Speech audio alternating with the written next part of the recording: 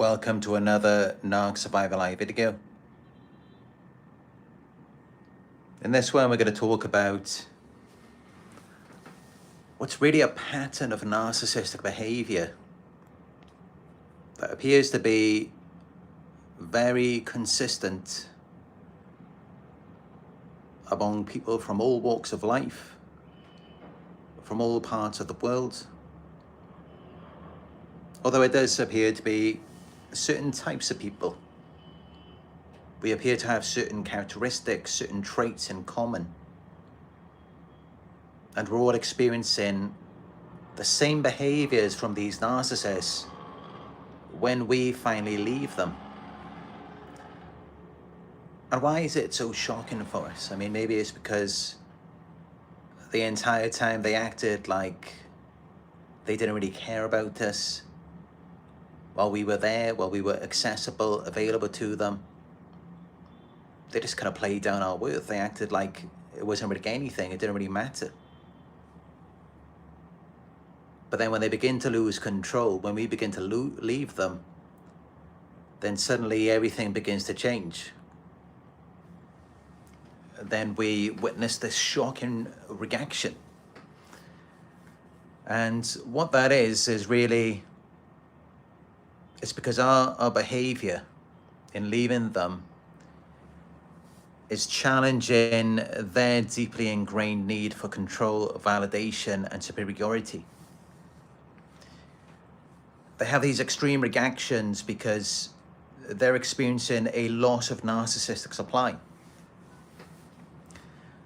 So they may never have told you this, they may have never let you know, but the entire time that they were with you, they were heavily dependent, heavily reliant on you for attention, admiration, and validation.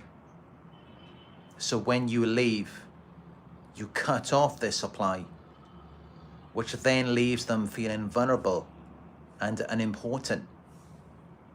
It causes an ego injury because they've been discarded, which shatters their inflated self-image because they view your departure as a personal rejection and as a threat to their sense of superiority,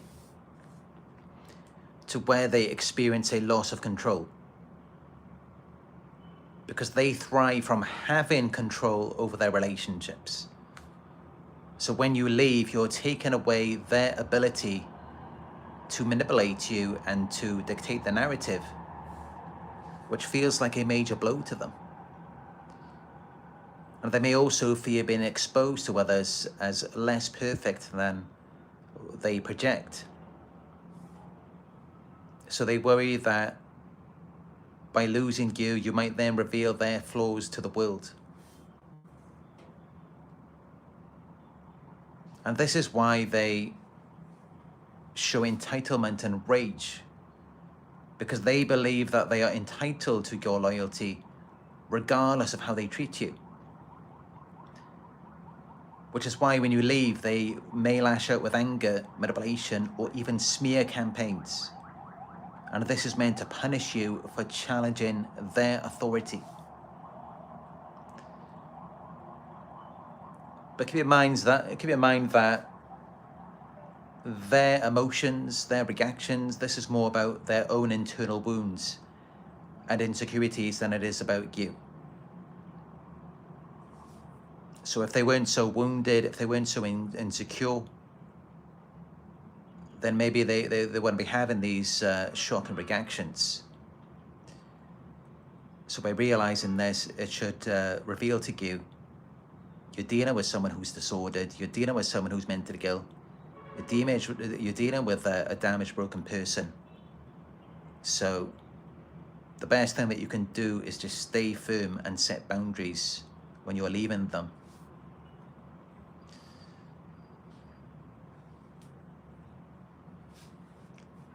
But then also I do say, it's more about their internal wounds and insecurities than it is about you.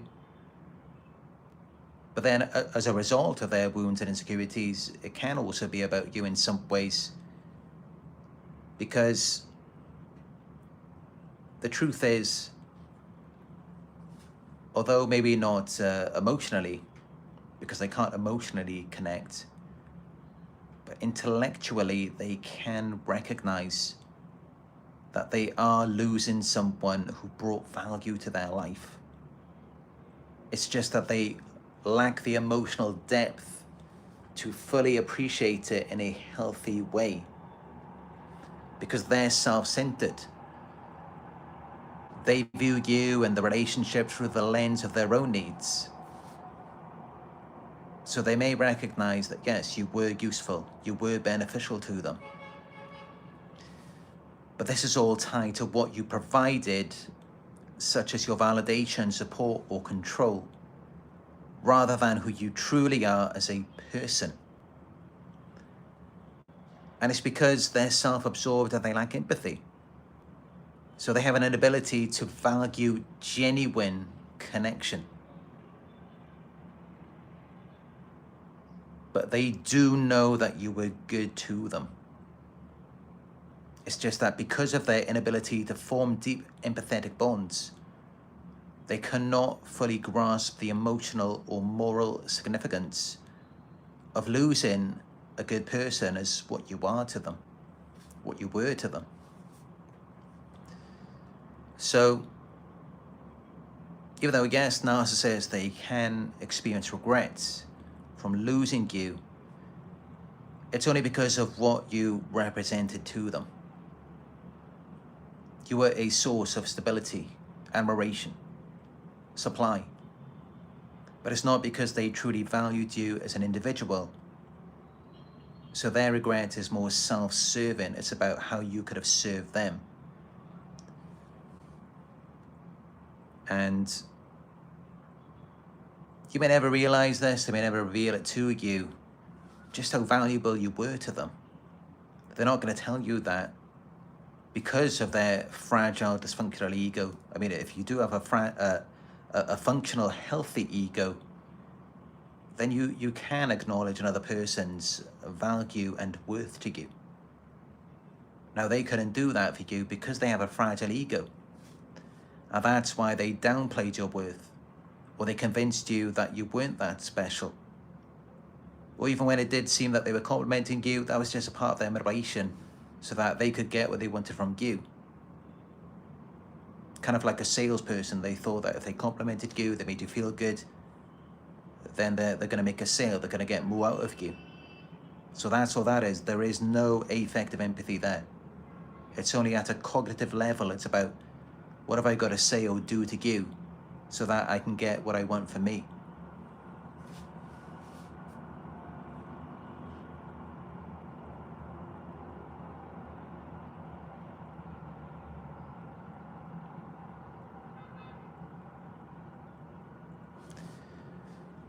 So yeah, I mean, in some ways you could see that the reactions are really about themselves. But then also what you've got to look at is that they don't care about losing other people, but they do care about losing you. And the reason why they care more about losing certain people really comes down to how much value or supply that person provided. And remember, this has nothing to do with genuine love or connection. They can't experience that. This more revolves around the unique role that you played in their life. So that's why they might care about losing you more than other people. Because you were a strong source of supply. You provided them with consistent admiration, attention, emotional energy. Their false identity and self-esteem was tied to your validation. So when they lose a high-value source of supply, it creates a bigger void for them. An even bigger void than what they had before they ever even met you. So getting around high-value sources of supply, it may sustain them initially, but then afterwards, because their false identity and their self-esteem is tied to you, it only deepens the void afterwards. It makes it even worse. The more supply they got from you, the more it just damages them in the long run.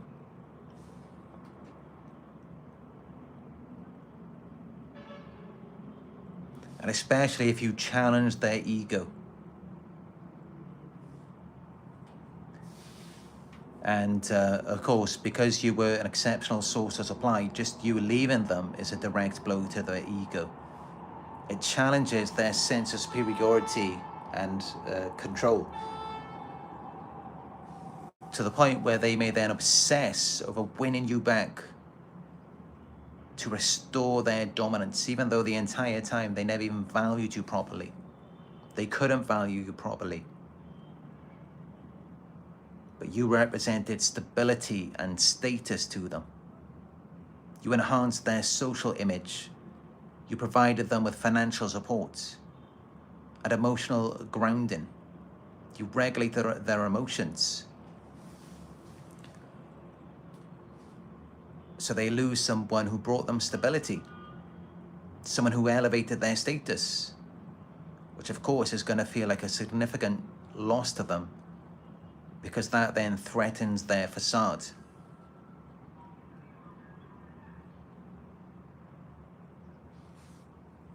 They thrive on control and they hate losing it. So when you're one of the few people to break free, it will upset the narcissist. It's a sign to them that their manipulative tactics have failed, which bruises their fragile self-image.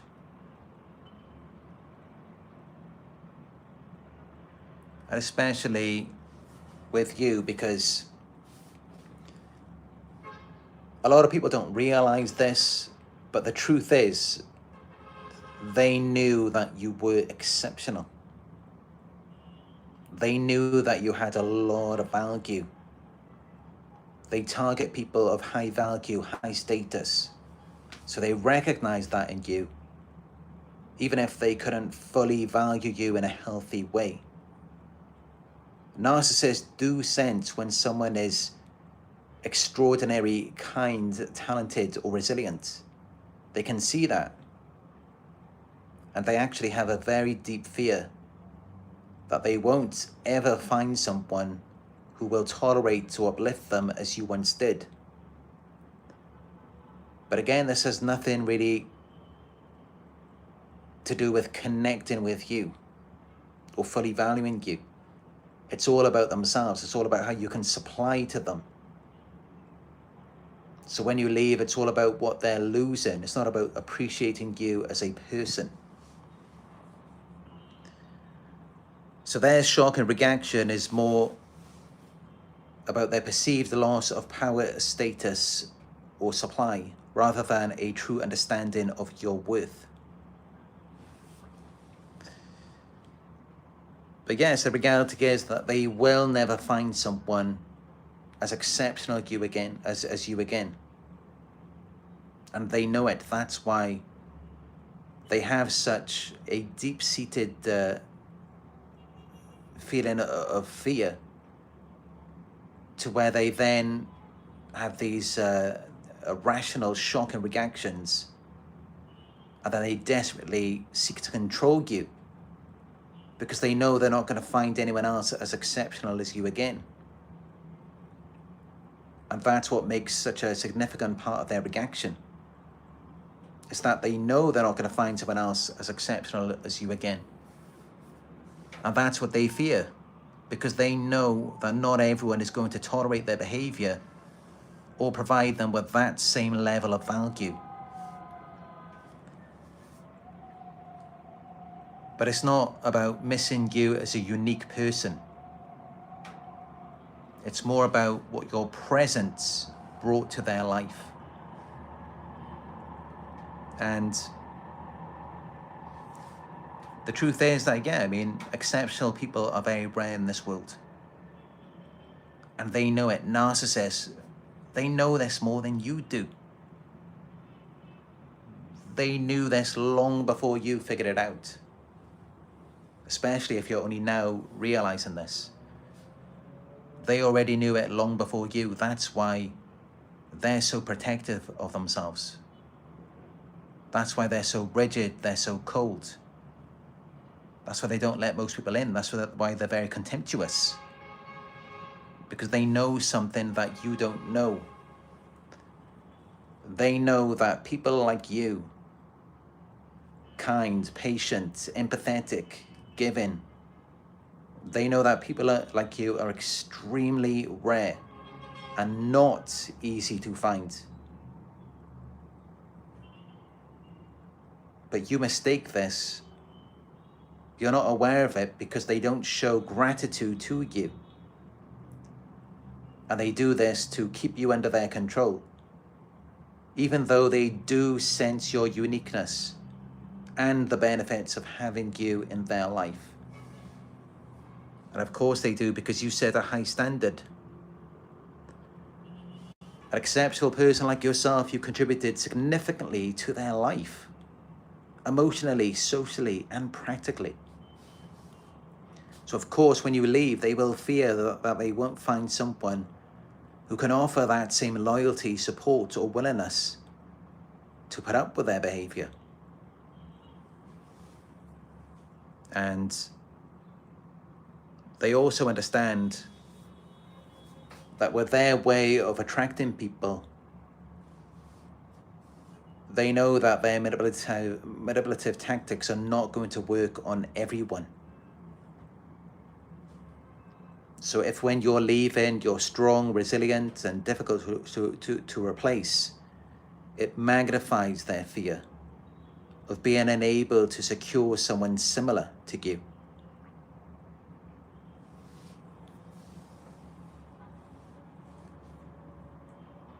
The truth is that you were an exceptional person that they will never be able to replace, and they know that.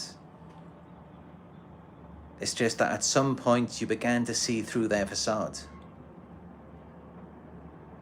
And by losing you, it means that they lose someone who understood them very deeply, on such a very deep micro level, which is what they want.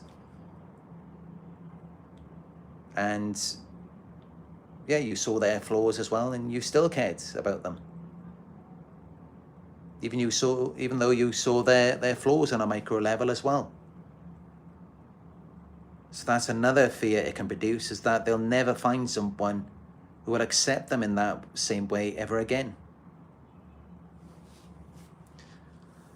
But a big part of it is that their need for control is threatened. Because when you leave, it then disrupts the illusion of them being in control. Because remember, it's all an illusion. It's not real. And so when you leave, it highlights to them that their failure to dominate the relationship has failed, and also it causes them to be vulnerable to feelings of inadequacy or rejection.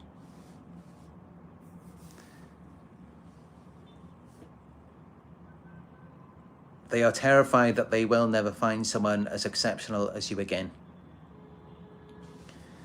But remember, it's not about the connection. It's driven primarily by their own self-interest. They're self-absorbed. They're in a mental prison of their own making that they cannot escape. So it's all about pulling you into the fantasy that they've created inside their heads, where it's all about them. It's not about genuine love or having regret for mistreating you. It's about what they feel they've lost and how that then impacts them.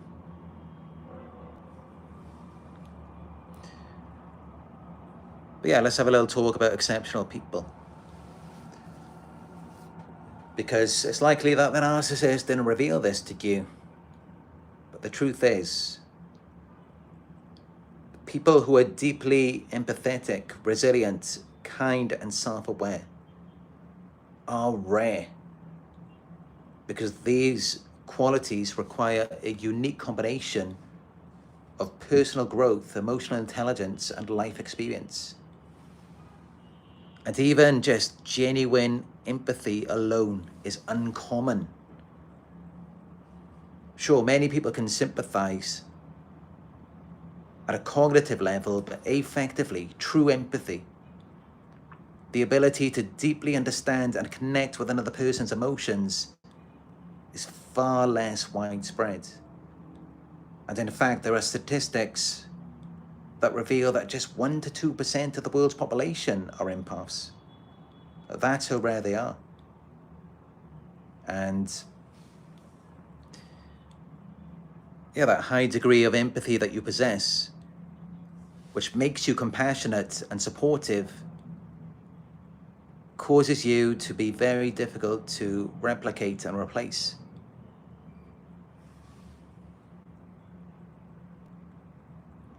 And then there's your emotional resilience. I mean, that takes a lot of time to build. It requires overcoming challenges, learning from adversity, maintaining strength in difficult situations. Not everyone develops that quality, which means that those who do are very rare and highly valued. And then there's your authenticity, your integrity. These are things that are very hard to maintain, especially in today's world, because we live in a world that rewards conformity and superficiality, whilst exceptional people stay true to their values and they maintain their integrity. However, this authenticity that you possess, while it can be inspiring, it can also be very intimidating to narcissists. So they may not always be so supportive of your authenticity and integrity because it intimidates them. It gives them an inferiority complex.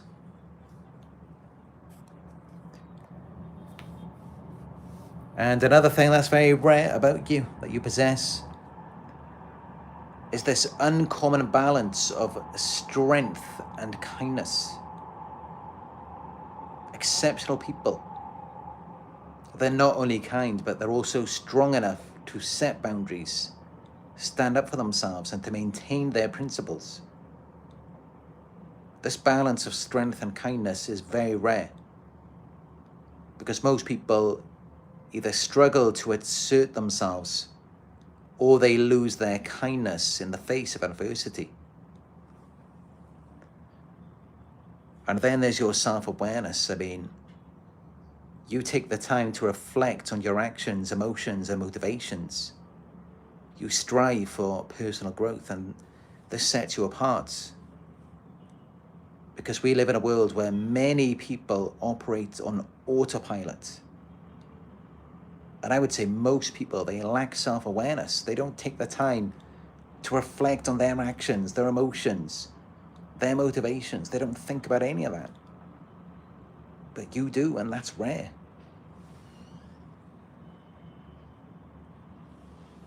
Another quality that you possess that is very rare is that you give without expecting anything back in return.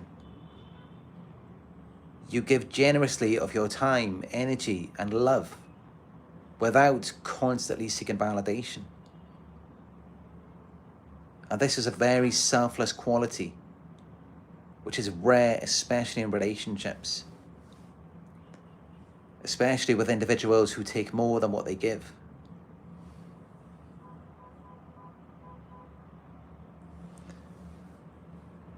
There may be good people in the world. There may be plenty of good people in the world. But those who consistently exhibit these exceptional traits in balance and harmony are very uncommon.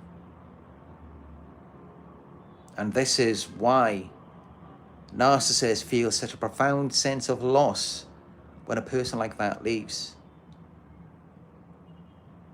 Because they know they're likely to never encounter someone like that again.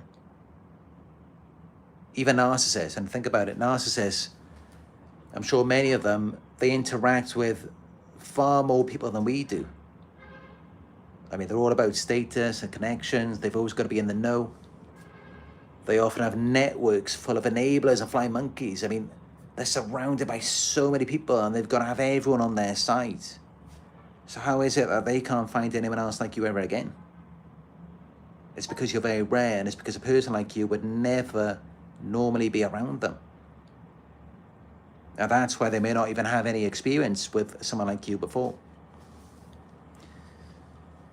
Because it's unnatural for someone like them to be around you in the first place anyway.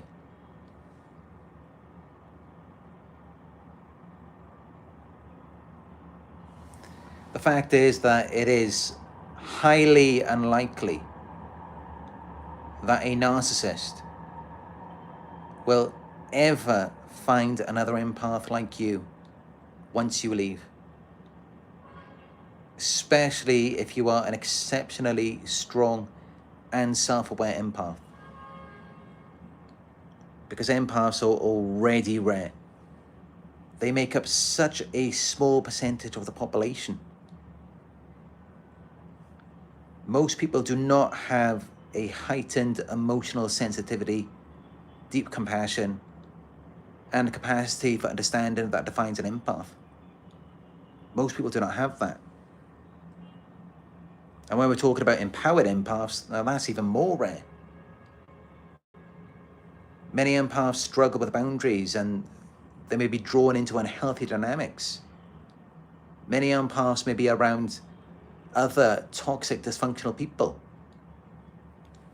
So an empath who recognizes their worth and sets firm boundaries and leaves a toxic situation, now that's even harder to find.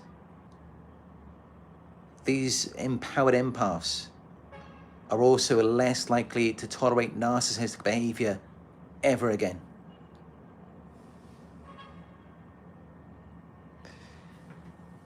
Because narcissists like to burn bridges. They repeat their destructive patterns of relationships. They drive away people who care the most about them.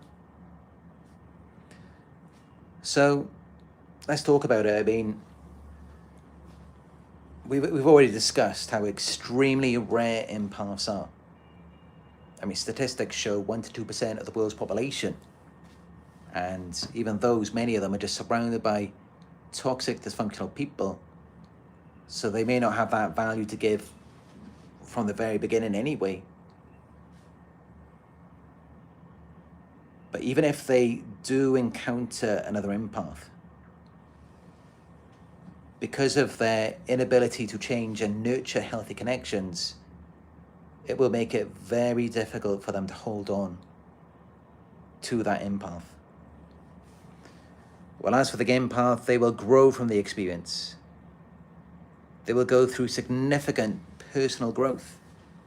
They will develop stronger boundaries, and then they will become more discerning about who they allow into their lives, which then makes them far less likely to be drawn into similar dynamics again.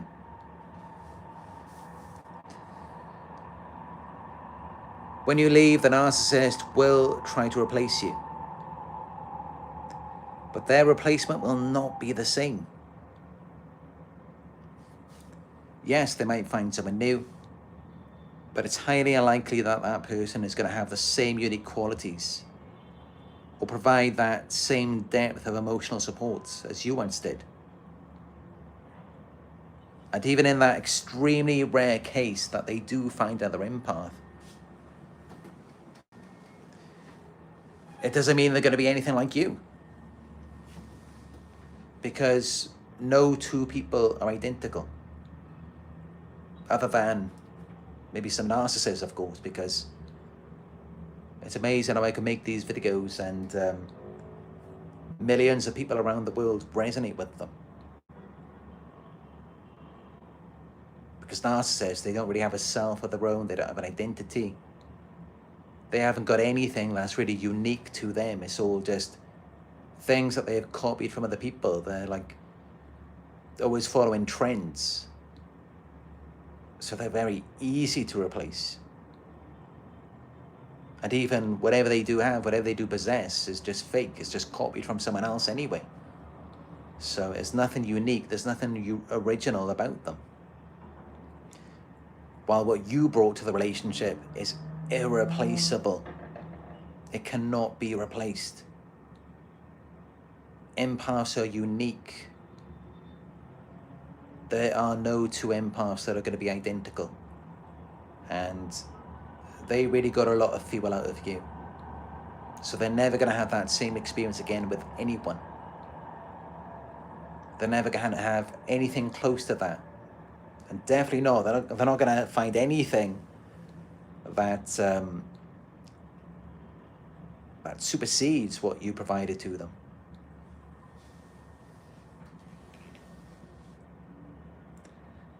And even then, I mean, they're never going to have a genuine connection or experience with anyone. I mean, it's all just about what they can exploit from people. But once they've been around you, once they've had that potent supply, once they've had a taste of it, they're going to want more. Of course, they're going to want another empathetic, compassionate person. So they may continue to seek out people who are similar to you, and they may assume that a person like that is going to be easier to manipulate. But the reality is, finding someone as exceptional as you, who offers the empathy and the resilience, it's very rare. And especially now these days, I mean, with the work that I've been putting in to protect empathetic people, my videos have millions of views. The odds are that, I mean, you know, with all of the videos on YouTube, social media, it's just not going to be happening these days. It's just not going to be happening. Not for a narcissist. People like us, yes, we can get through the barriers. We can get through the walls of an empath. They will let their guard down to us.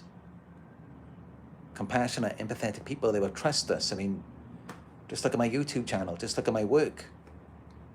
Look at how many empaths gravitate towards me from all over the world, from all walks of life.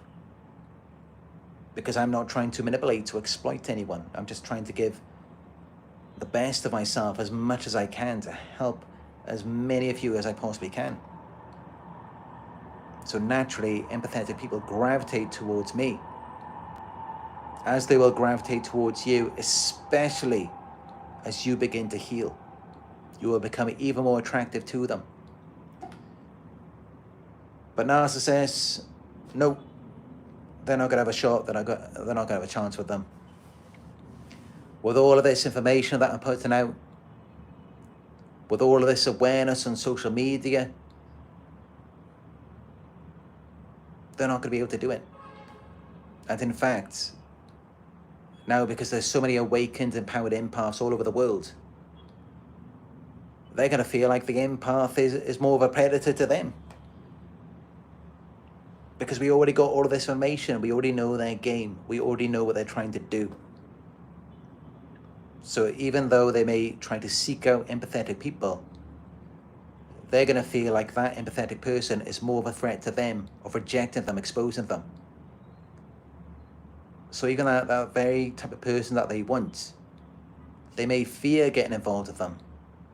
They may feel uncomfortable around them because that person already knows their game. They already know that they're manipulative and exploitative. So if you're worried about a narcissist getting around another empath like you and doing what they did to you again, it's highly unlikely. Back in the day, yes, I mean, especially talking about 10, 20 years ago, it was happening all over the place. I mean, because, you know, what's really brought the awareness to people is social media. That's really what's done it these days. But early social media days, pre-social media, these narcissists were exploiting empaths right, left, and center. They were, and that's the reality of it. And I know that because it happened to me. And yeah, it's just not happening like that these days. Now everyone has social media. Everyone all over the world. They've all got it. So the narcissist cannot escape. They cannot.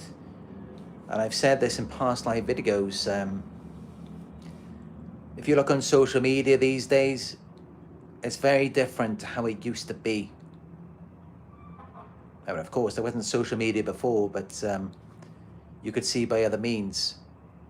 You would typically find a grandiose narcissist with an empath in a relationship. You don't see that anymore. Now you see two narcissists together, whether it's an overt and a covert, or two overts, two coverts. That's typically what you see on social media. That's what they're doing these days. They just bond together over an external target's destruction.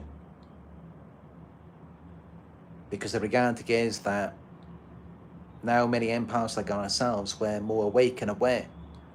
So if they get too close to us, we're going to see right through the facade.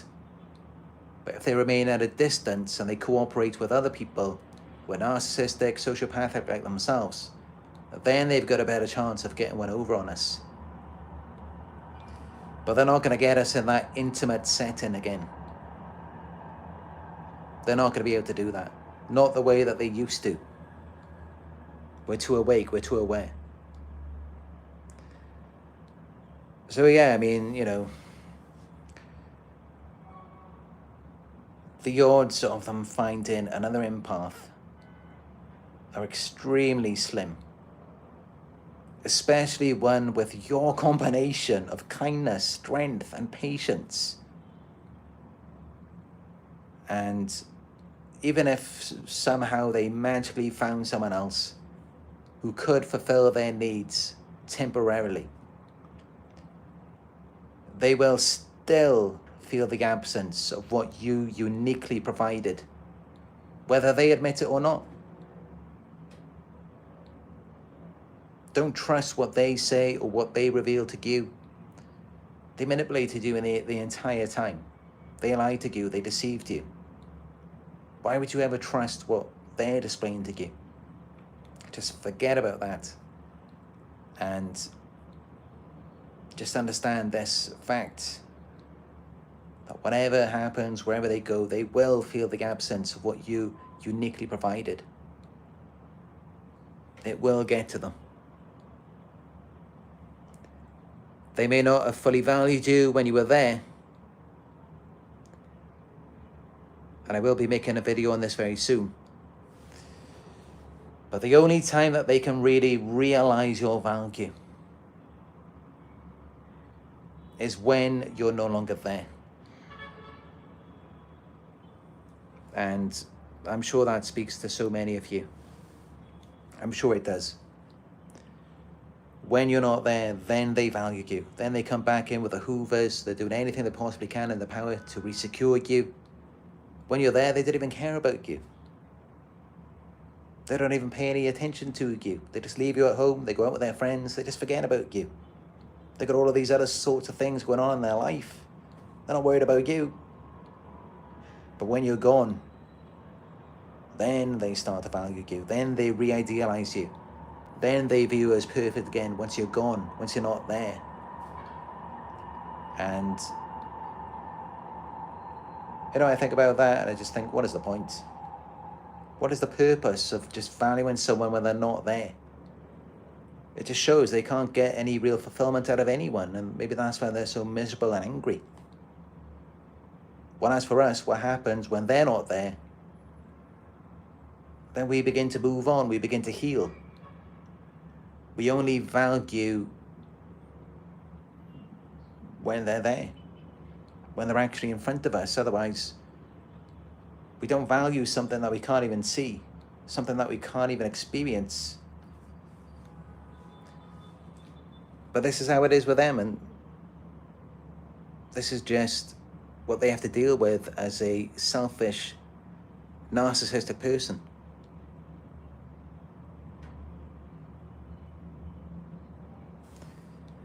And even those narcissists where it's like,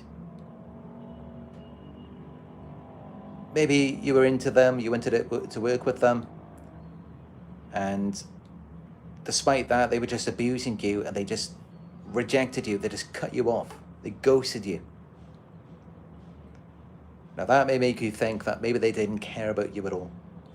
Maybe they didn't value you. Maybe they were fine just to leave you and forget about you. It may make you think that. But here's the thing about narcissists is that they often abuse and reject their victims out of their fear of losing them. They abuse and reject you because they have a deep subconscious fear of losing you that they may not even be aware of. So although, yes, this behavior may sound very conflicting and paradoxical, it is rooted in their emotional wounds and their maladaptive coping mechanisms. Because they have a fear of vulnerability. They can't be vulnerable with you. They can't open up to you. They can't tell you how they feel. They struggle with intense fears of rejection and abandonment. So when they sense that someone is exceptional, deeply valuable, it causes them to feel vulnerable. It causes them to feel afraid to where they can't connect to an exceptional, deeply valuable person. Yes, you may be exceptional, you may be deeply valuable, but it intimidates them. It makes them feel inferior, vulnerable, afraid. Because then they're terrified of losing you. It's kind of like, if you imagine a very successful person, has a lot of money,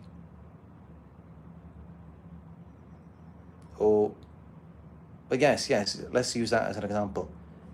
And maybe they like watches and they bought a very expensive watch. But just imagine how they feel anytime that they go anywhere with it. They must feel very vulnerable. They must feel very afraid to have that in their possession, because what if they lose it? What if someone takes it away from them? And this is how it is with narcissists. When they sense that they're with someone who's exceptional and deeply valuable, it makes it even more difficult for them to be vulnerable and to open up to you and to connect to you. I mean, even if they could connect, because then they have that fear of losing you. So to avoid this pain, they will push you away first through the use of abuse or rejection as a way to maintain emotional control. So in essence, they self-sabotage. They sabotage themselves. They destroy their own chances, their own opportunities of success. Because deep down, beneath their arrogance, they feel unworthy of love. So when they encounter someone who finally, after everything they had to go through, the childhood abuse, all of these feelings of paranoia and distrust, and then finally they encounter someone who they wanted their entire lives. All they ever wanted was someone to genuinely love and care for them. But when they finally encounter someone like that, it triggers feelings of inadequacy or of being exposed. So their response to that is to sabotage the relationship before they feel vulnerable or lose control. And this is why manipulative, controlling people, they will never find someone and keep them who genuinely loves and cares for them. They never will. Because they're manipulative, so they fear being exposed. And also deep down they feel inadequate. So they don't want to be vulnerable.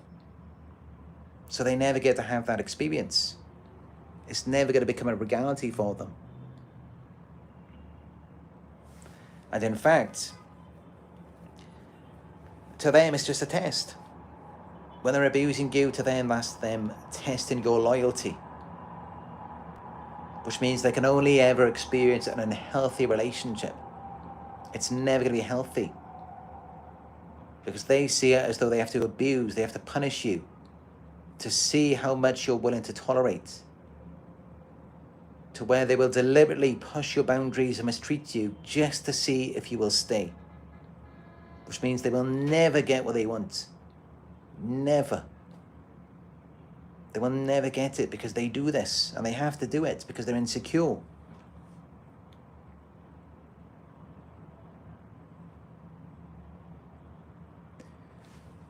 But now we're going to get into something else, which is also a very interesting topic, which many of you may fear when you're leaving the narcissist.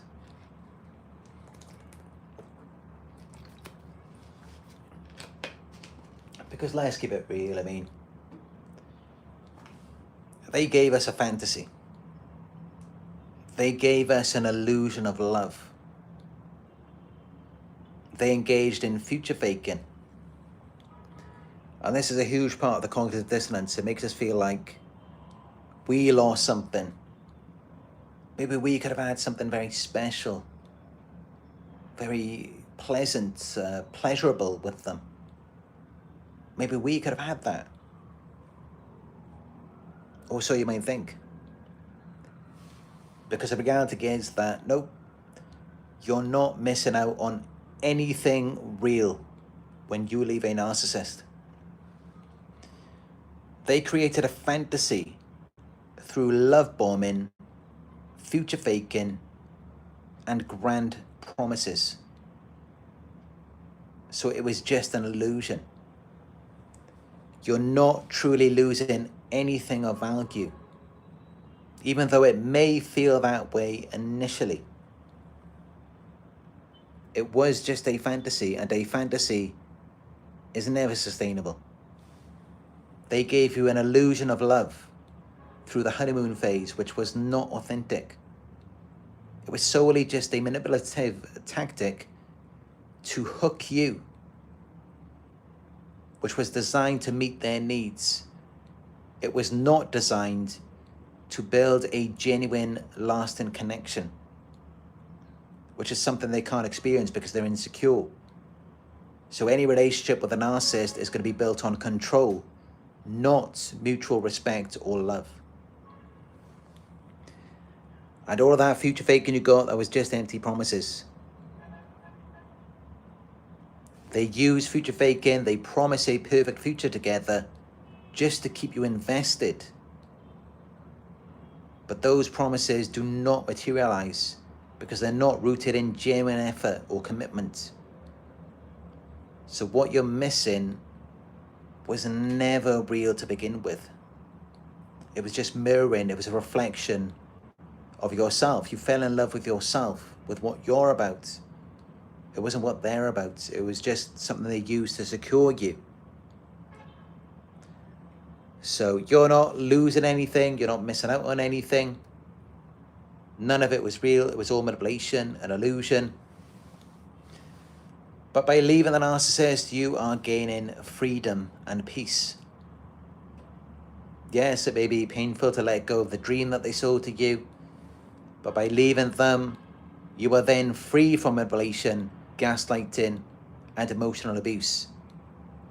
So in time, you will find that peace and self-respect outweigh any illusion that they created.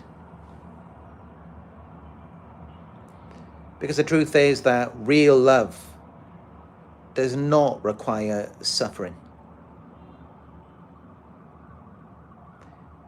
Genuine love is consistent, respectful, and supportive. So it does not involve a roller coaster of love bombing, devaluation, and abuse. What they offered was not real love.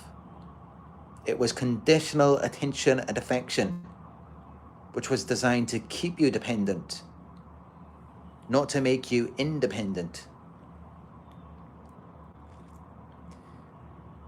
And the truth is, you're not actually even missing the narcissist. You're just mourning the illusion. You're grieving something that you thought you had, that you thought was real. And sometimes this could be the hardest part, is grieving the person that you thought they were and the future they promised. It's perfectly natural to feel the loss of that dream. But over time, you will see it for what it was, a facade. You will realize that you deserve better, because the real loss isn't yours, it's theirs. They've lost the opportunity to have a deep, meaningful connection. And it's because they're incapable of fostering one. While you, on the other hand, you're now free to heal, grow, and find relationships that are truly loving and reciprocal. So you now just need to focus on healing the illusion. Recognize the pattern of behavior. Remind yourself that their fantasy was merely a tool of manipulation. It was not love. And now focus on reality. Reflect on how they treated you consistently rather than just during the good times. And then begin to grieve the illusion. Process the emotions. Feel sad about what you hoped the relationship could have been. But then also know that it wasn't your fault. It was their inability to love authentically. Because they have no self, they have no identity. And now the next step is just to look forward. Recognize that by leaving, you're now creating space for real happiness, peace, and genuine love. Real. If it was real, you would have it. You wouldn't be in pain, you wouldn't feel sad, you wouldn't be grieving. So recognize that it isn't real. Realize that what you're gaining is priceless.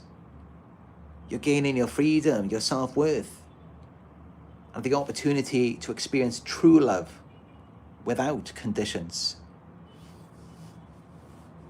So without a shadow of a doubt, you are winning by leaving a fake, manipulative abuser.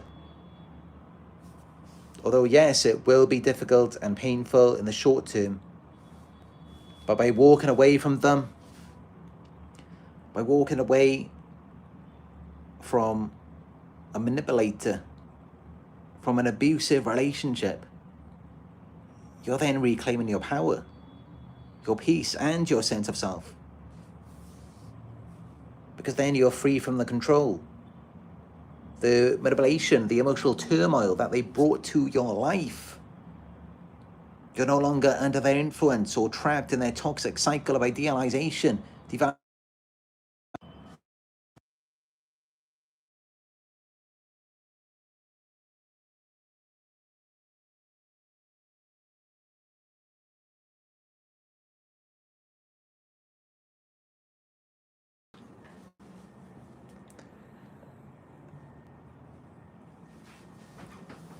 I have no idea why there's no sound. There's nothing connected to the phone.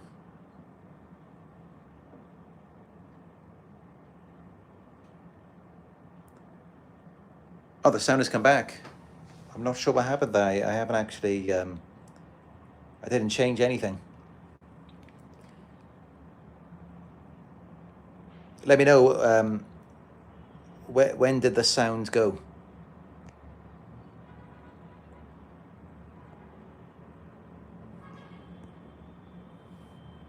What was the last thing you heard?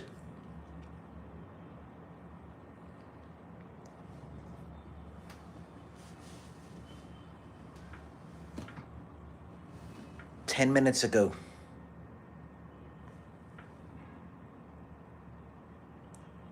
I have no idea what happened since then. I have to close off the live chat because there's always so many trolls.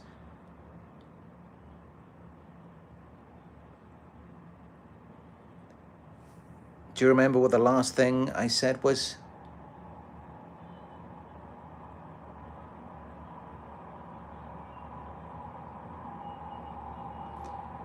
Did I mention about how they gave just a fantasy, an illusion of love, future faking?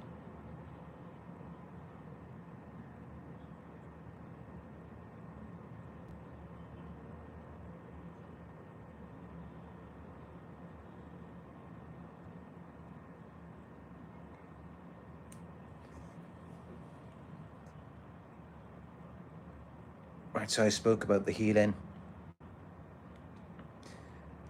Yeah, so my main points of the last 10 minutes were about how the fantasy was never sustainable.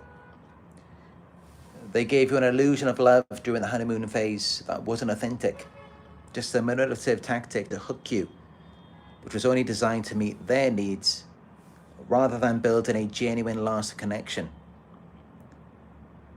So the real relationship with a narcissist is just all about control. It's got nothing to do with mutual respect or love. The future faker was just empty promises. And by leaving them, you're gaining freedom and peace. Because real love does not require suffering. It doesn't involve a roller coaster of love bombing, devaluation, and abuse. Genuine love is consistent, respectful, and supportive. So even though you may have these feelings, you may feel like you've lost something with them, you're actually not missing them, you're just mourning the illusion. Who you thought they were and the future that they promised. You're just feeling the loss of the dream. But you will soon see that it was just nothing but a facade. So you deserve better, and the real loss is theirs, not yours. Because they're the ones who have lost the opportunity to have a deep, meaningful connection with an exceptional person, or with someone who they recognized as exceptional themselves. So they've lost that. What you've lost is just something that wasn't even real. And now you have the freedom to heal, grow, and find real relationships that are truly loving and reciprocal.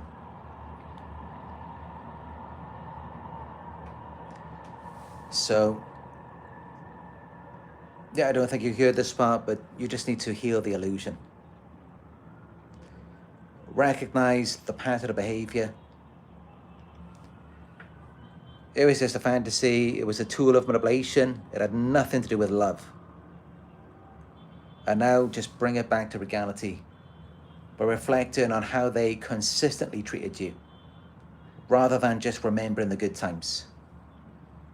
You need to grieve the illusion and look forward. Because by you leaving, you are creating space for real happiness, peace, and genuine love to enter your life.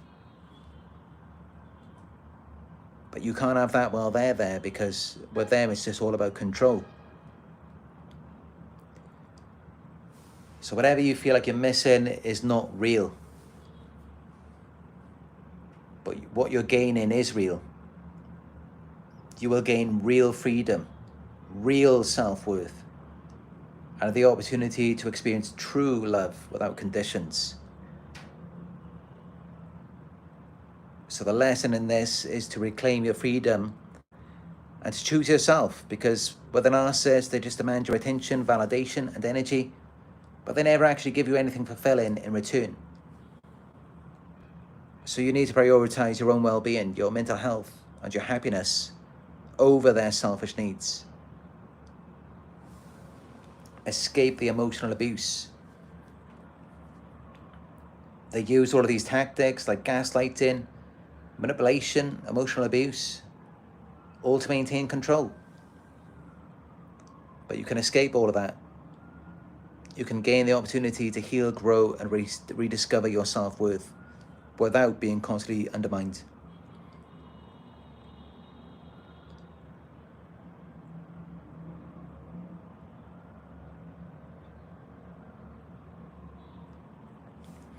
So yeah, it really is one of the best things that you can do for yourself.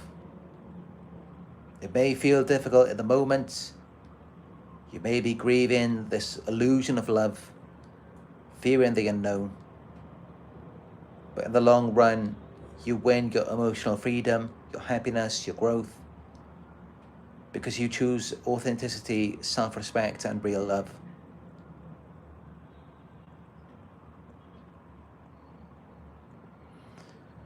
And this is why they have such a shock reaction when they lose you, because they know they're not going to find another empath.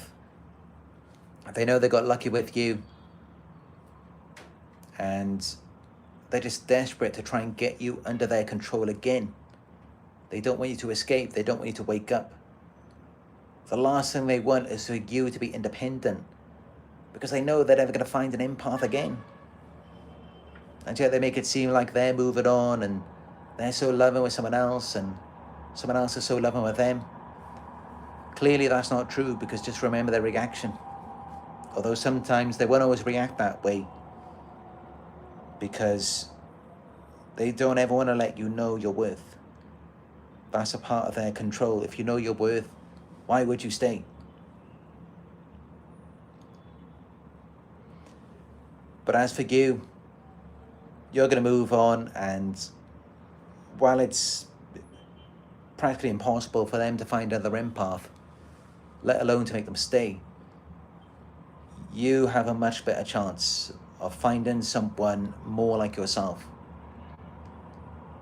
because that's what they're likely to be looking for. Someone with your characteristics, someone who is also loving, kind, and compassionate, someone who can be vulnerable, someone who can emotionally connect. That's what they're likely to be looking for. So, yeah, I mean, there's nothing good comes out of being a narcissist. Nothing good comes out of fooling people. And this is why we have these, we have the social etiquettes, we have these laws. And I think not everyone actually sees it this way or thinks this way all the time. But the truth is, these laws aren't just to protect the victims. It's also to protect the abusers as well. Because nothing good comes out of them engaging in this behavior. And I've done some really deep research on it, and I found it is true. People who break laws and they engage in, let's say, they use recreational drugs, or they cheat on their wife or their husband, they abuse, they lie, they steal.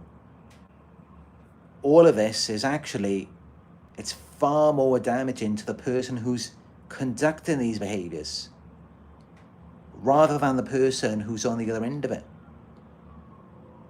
Of course, that does not take away from your pain, your hurt. It's valid. But the reality is that it does affect the abuser far more. And in fact, studies show bullies are at a 10 to 25 times more risk of developing a psychiatric condition than their own victims. So our laws, our rules, our social etiquette is designed to protect not only the victims, but the people who do these things as well. Because that's what it means to live in a civilized society. We're not in the Middle Ages anymore. I mean, these people need protection as well. Even if it's just protection from themselves, from their own actions. And, that's what laws are designed to do. That's why we have social etiquette, the way in which we're meant to behave in society. And so, if people want to break rules, if people want to break laws, if people want to do harmful things to people, even if they think they're going to get away with it, they're actually not, because the psychological harm that it causes to them, the effects that it has on their lives, because of course everything begins in the mind. It all just, it begins with thoughts, which lead to feelings, actions, behaviors. And those behaviors also then affect our thoughts and feelings. It affects our brains, which affect our behaviors. And it's just an endless loop, an endless cycle of just deterioration, degeneration. So it all begins by controlling our thoughts, not letting us get sucked into harmful behaviors in order to protect not only other people, but also ourselves, because it has a knock-on effect. And they take this with them wherever they go. They share the damage with anyone who they try to build something with. They end up destroying themselves, their own friends, their own groups, their own families, their own communities. They just destroy it all. And that's why we have these laws, these rules to protect us. That's why these laws have been around since the beginning of time. Just remember the 10 Commandments. These rules protect not only the victims, but especially the abusers as well. Because of course, we don't want people to get sucked into these harmful behaviors. But if they do, they pay the price for it. They deal with the consequences, even if they don't get caught. And actually, if they don't get caught, if they're not held accountable, if they don't face the consequences, it's even worse. It's far worse. And actually, that's what makes them awaken sometimes. When narcissists are held accountable and they're forced to face the consequences for their actions, then they could possibly become healthy. They could heal. They could be reformed. And even I myself, I've done some things I'm not proud of in my past. And when I began to take accountability, I accepted my own flaws, my own weaknesses. I became a much healthier person, more self-aware, more conscious, to where I can now experience a much deeper fulfillment in life. So nothing good comes out of it for them, especially if they get away with it, especially if you don't expose them, if you just let them carry on. They get worse. They deteriorate psychologically. It destroys them. And while for you leaving them, you're going to become much more healthier, much more happier. Because of course, being abused is not good as well. I mean, that's what happened to them. They felt they were being abused, and that's what caused them to become that way.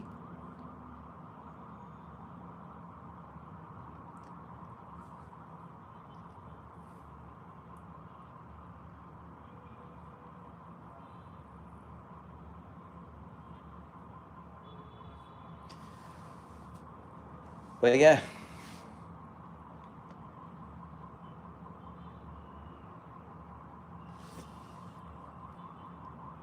I'm sorry that the video cut off earlier. The sound, I'm not sure what happened there. But I have been experiencing some technical issues recently. I mean, a couple of days ago, I did a video at this park, and the signal wasn't very good there as well. And also, I was robbed at that park. You may recall that in the video at the back, I had my backpack, which I bought about 4 years ago. And in that backpack, I had my Ray-Ban glasses, and I had all of my makeup, which I use for my photographs and my videos. So yeah, I had £300 glasses that I paid for at the time, about 4 years ago. The backpack was about £350, Emporio Armani backpack. And the makeup was possibly over £50 worth of makeup. So I mean, that's about over £800 worth that was stolen from me, among many other things that I had in there as well. And I have actually replaced most of that stuff. I've got new makeup that I'm using now, new brushes, everything, for my photographs and videos. Also, I got myself a new Nike backpack.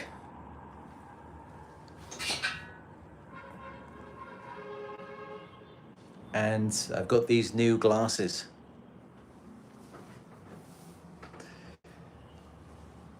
So something good come out of it, because I'm not the kind of person who likes to spoil myself too much. And as I said, I had that backpack. I bought it about 3-4 years ago. And as you know, I've been traveling. I've been taking that backpack everywhere with me. You've probably seen it in my videos and some of my photos, where it's all just fallen apart. And also those glasses are about 3-4 years old. I've dropped them many times, sat on them. They were already broken. And also those lenses, the prescription lenses, I haven't had an eye test for over 2 years. So because I'm so focused on just working every day, rather than taking care of myself as much as I should. So, I'm feeling better about myself. I mean, I got some new makeup. Instead of using all of the old ones, the old brushes that I've been using for the last 2 years. A backpack from 4 years ago. Old glasses, 2-year-old lenses. Now I can see better. And I've got a much newer, cleaner bag to keep my things in. So I turned a negative into a positive.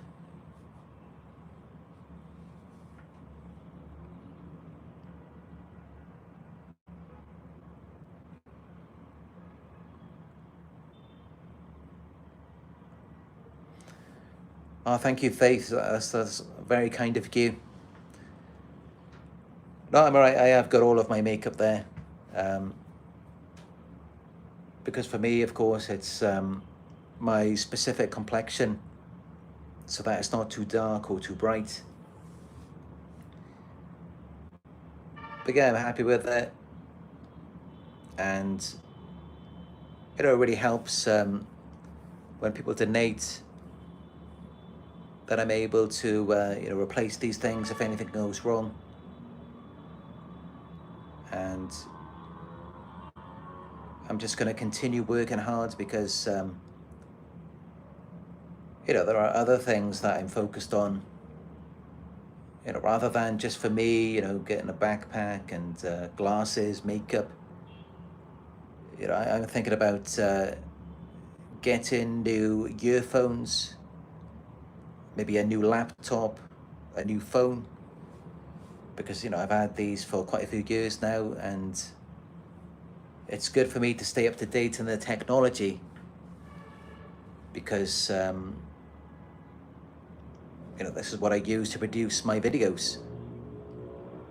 And that's my main focus for me, is my work and giving my viewers the best experience that I can. That's why I spend hours every day working on the editing. And I mean hours every day, sometimes 5 hours just to edit one video. Just so that it's a better experience for my viewers, because your experience on my channel is very important to me.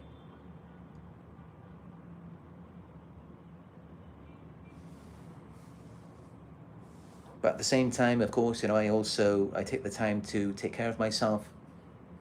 You may see on my Instagram that yesterday,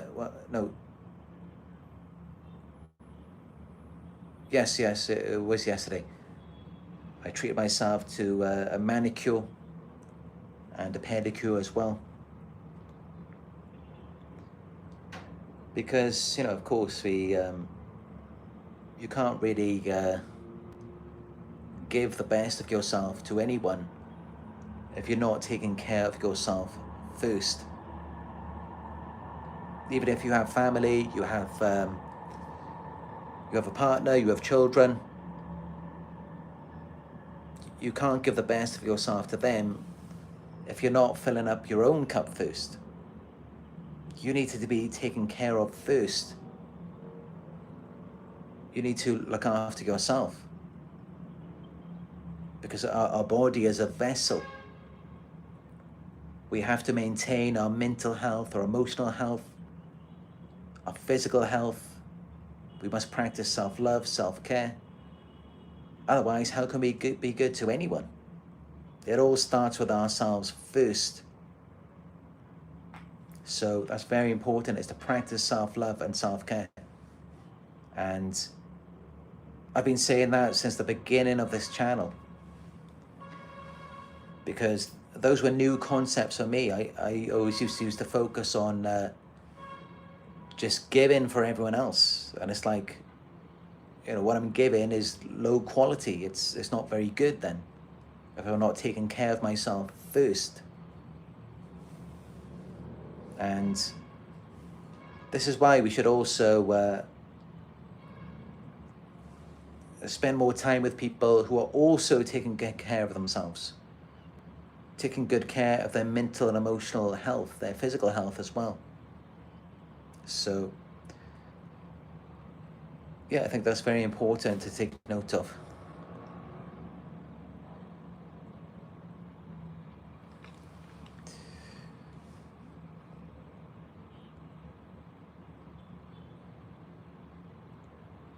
But yeah, I really appreciate donations, because it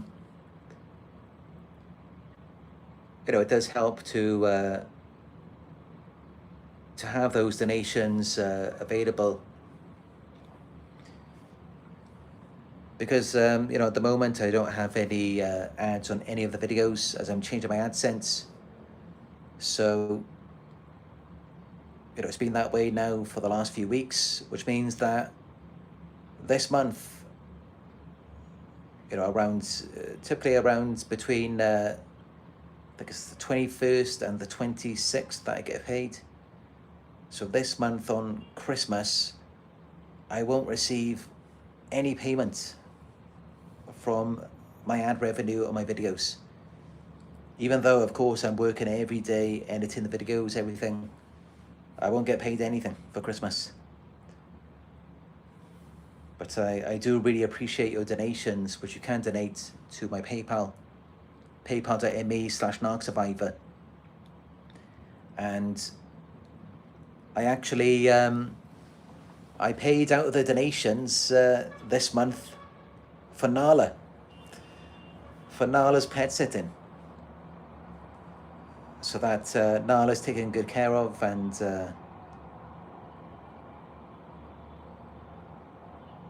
yeah, I mean, I don't know if Nala is able to be aware that other people are there to help her. Of course, it means a lot to me. There's my viewers, my supporters there, who are able to step in and help financially for Nala, so that she's taken good care of. And yeah, you know, it's really you as the viewers, you enable me to keep doing this, to keep going with my work, which then helps you, of course. And you know, together we just propel each other forward. So this is what it's about.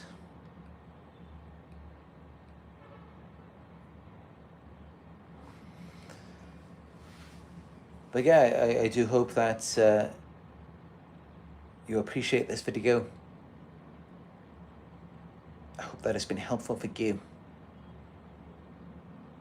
And if it has, and you would like to show your support, but maybe you don't have the means to donate at this time. I mean, I know how it is when you deal with narcissists. So even just giving the video a thumbs up, that would be great. I'd really appreciate it. And let me know your thoughts down in the comment section.